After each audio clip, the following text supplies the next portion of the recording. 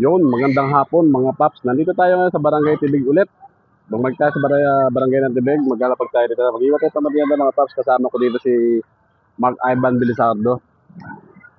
Kung malapit lang kayo dito mga paps, puntahan niyo na po. Dito lang po tayo sa Tibig, Barangay Tibig sa may covered court. Papakita ko po sa inyo kung saan natin lalapag itong ating yung pamanihat natin. Ho. Puntahan niyo na mga paps. Ano pa ang inaantay nyo? Kung pindutin nyo na yung cellphone, punta na kayo dito.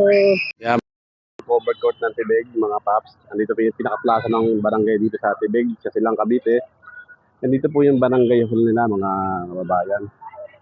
So, bali kasama ko nga pala dito si Mark Ivan Belisardo. Ayan po siya. Maglalapag din po siya dito ng pang-merienda nyo. At ang merienda ko, kung malapit na po kayo dito sa lugar na to, sa barangay na to, sa barangay hall, puntahan nyo na po. Ito po aming pinaglapagan. Ayan, dito lang po yan. Simula po dyan sa gate na yan. Hanggang dito lang po. Yan, hanapin nyo po dyan.